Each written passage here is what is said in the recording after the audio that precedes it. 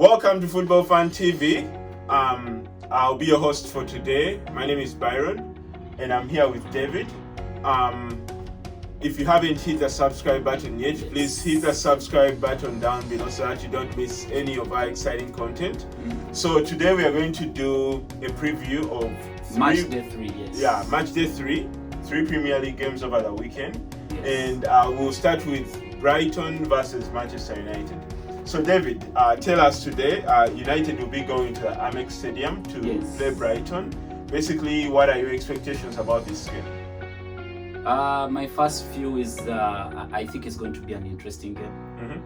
Brighton, actually, in the last 2 games they have played in the Premier League, they have had more possession. Surprisingly, they had better ball possession in the second half against Chelsea, which to me was surprising, but they still played well. If only that they were able to finish their chances. So it's going to be a testing game for Manchester United away. So I'm expecting an interesting game. Interesting. So United lost their first game against Crystal Palace, and in that game, what proved to be decisive was Wilfried Zaha and Jordan Ayew. Yes. So in this game against Brighton, which Brighton players do you think might hurt United? I'm looking at 3 players really. I have the young right back, I can call him right winger really. Tariq Lamptey. Yes, Tariq Lamptey. I can't believe it was bought for 3 million pounds from Chelsea. That's quite interesting. He was also the man of the match in their game against Chelsea. That tells you how much Brighton played. So he's going to be a threat down that wing. So I think Luke Shaw needs to be up on his game really. I'm looking at their midfielder. They have quite an interesting midfielder. Trossard. Yeah, Trossard is quite interesting in there as well. So he created around 4 chances in the last 2 games. So he comes all the way from the right wing then into that number 10 role. So he's really quite interesting to watch out for. And lastly, their goal scorer, Neil Maupay. Very good guy. He's good at running in behind, and with United's defense, you don't know really what to expect. So that is one bit to look at. But I think those 3 players to me for Brighton will be the players that people should be looking out for. Those 3 players will be the ones that will give Manchester United a bit of a headache, really. I see. And so, how do you expect United to set up in this game against Brighton? I have a very interesting view because I know most people won't like it, but to me, I'll definitely go. Manchester United won their game in the midweek against Luton Town. But I think I was impressed by Byron. I was impressed by Havertz's save, but of course I know to me De Gea is still number 1. So I'll go. I think they'll go with De Gea. Then Wan-Bissaka should be back for this one. He didn't start the first game. And I'll have Byron and Maguire. Please don't start Lindelof, really. And I'll have Luke Shaw in the back 4. In the midfield, surprisingly, my midfield is going to be comprised of, I think I'll go with Matic and Donny van der Beek. I'll drop Pogba. Okay. That's a fact. I'll drop Pogba because I don't think he's up to it yet. And I would have Fernandes, Greenwood, Rashford, and Anthony Martial. Yes. So okay. So like in this kind of setup, basically. So I'm basically looking at a 4-2-3-1 maybe. Yeah. So Pogba, 4-2-3-1, Pogba goes to the bench. Dan James goes to the bench. Yes. And Lindelof also goes to the bench. Yes, those 3 they go to the bench for me. I see. So I know that like in United's last game, Lindelof got most of the stick. Yes. But I believe that De Gea could have saved some of those shots. So now, so to set up my question, based on like how Henderson performed during the midweek and like the saves that he made, do you think De Gea should go to the bench? And it's a tricky one because it's against Luton Town. If most people say De Gea wouldn't save that, but let's be realistic. He would save that. In my own opinion, he was quite commanding. He played well. Henderson played well, but I think it's too soon to just. It's just the first game of the season, really. And most of the goals that De Gea considered in the first game were not his fault. Really, they were all defensive lapses. Really, would he do better? Maybe, But let's see. Let's give it like 5 games. Then I think that Ole will give and we'll see what best to do. Either to drop him or give him a rest. So let's cheap chop. Brighton is playing Manchester United twice in a week. So they're going to play them this weekend, and they're going to play them, I think, in the midweek as well in the Carabao Cup. So there's no need to rush this, really. No need to rush it. So let De Gea play, then let Henderson play again next week. See how it goes. See the progress. Who do you think is better? It gives you a chance, really. Games are thick and fast. So once you rush into changes, you're going to kill confidence of players, and I think that's damning, really. I see. And so let's talk about predictions. So what are your predictions for this game? After putting on this shirt, it's even more difficult to make predictions because Amex Stadium, 2-1 United. 2-1 United?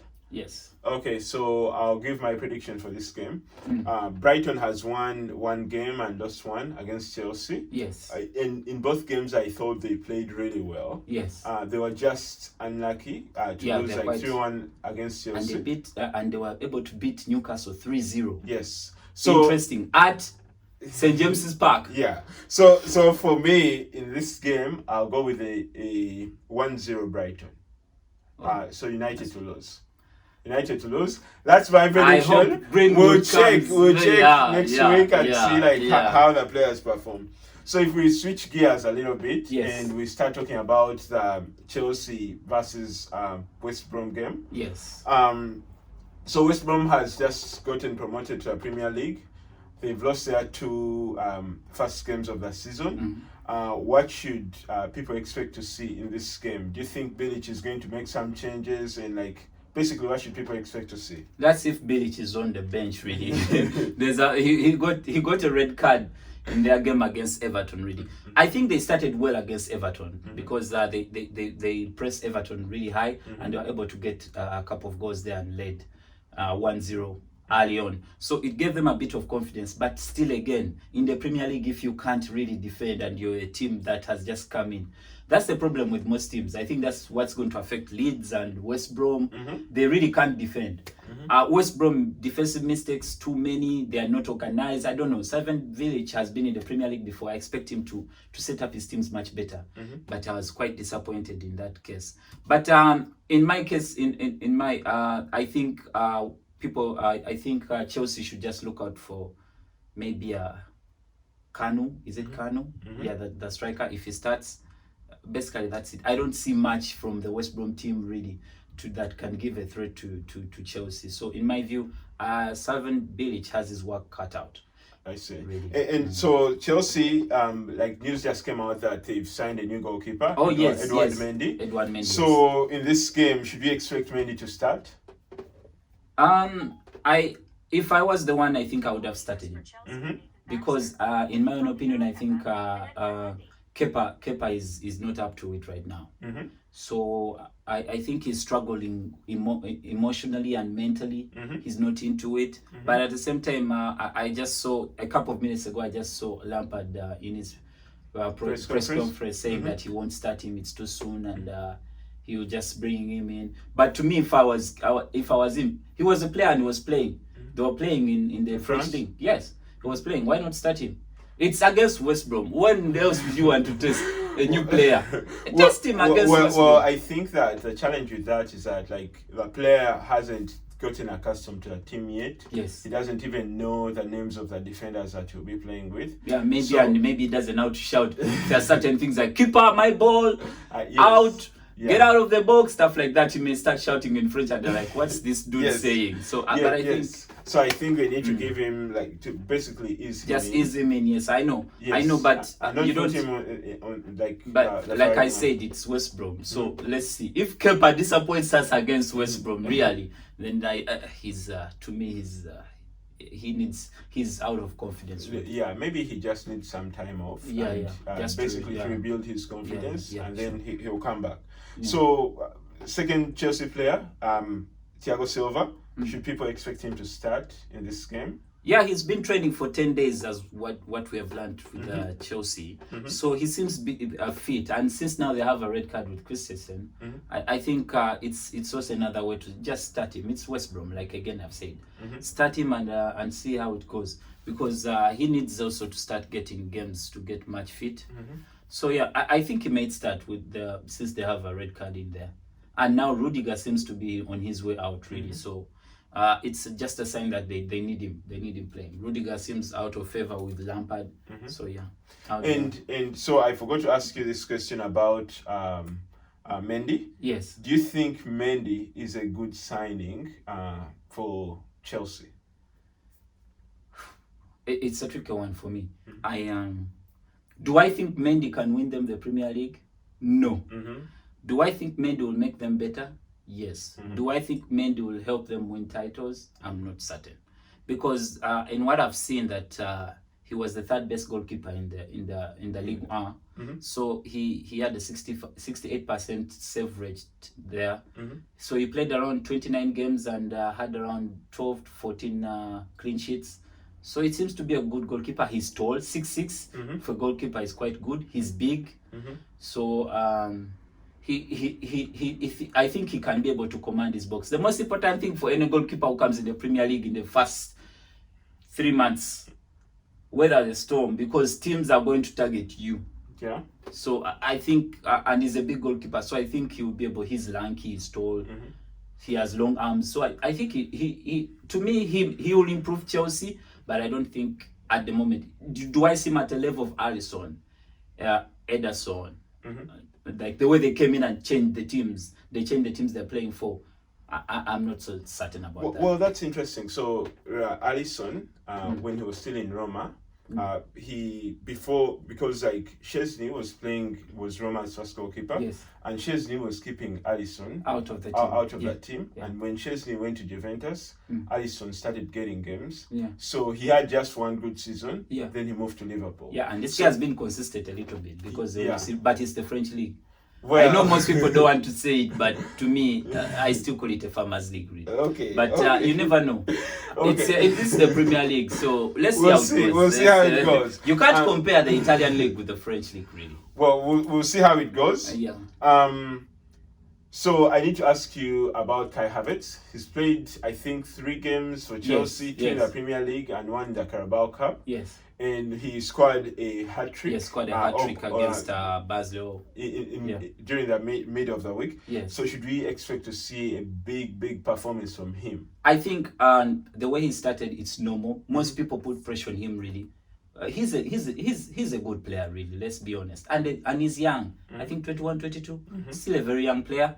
So he's going to learn. The Premier League is not a league you just come and. He's not a Fernandes who has been playing at Fernandes is old enough, 26 years. So I think, to me, he will. This will give him confidence. He scored a hat-trick, but the difference is, where would Lampard play him? Because he played just in that number 10 role where he was just in man behind the defenders, and that's where the goals came from. So is Lampard again going to put him back into the midfield? Like I said again, it is West Brom. Put him in his favorite position, let him play. He scored a hat-trick, so confidence is high. The possibility that he will score again are also high, really. And it's Kyle Havertz, so use him where you think is best. Don't shift and share like the way he used him against Liverpool. To me, it seemed like he didn't really know what he wanted with him. He's still experimenting. Yeah, he's experimenting. But I think the Barnsley game where he scored a hat-trick has given him a view like, I think I need to play him in and behind the striker. Okay. So predictions for the game?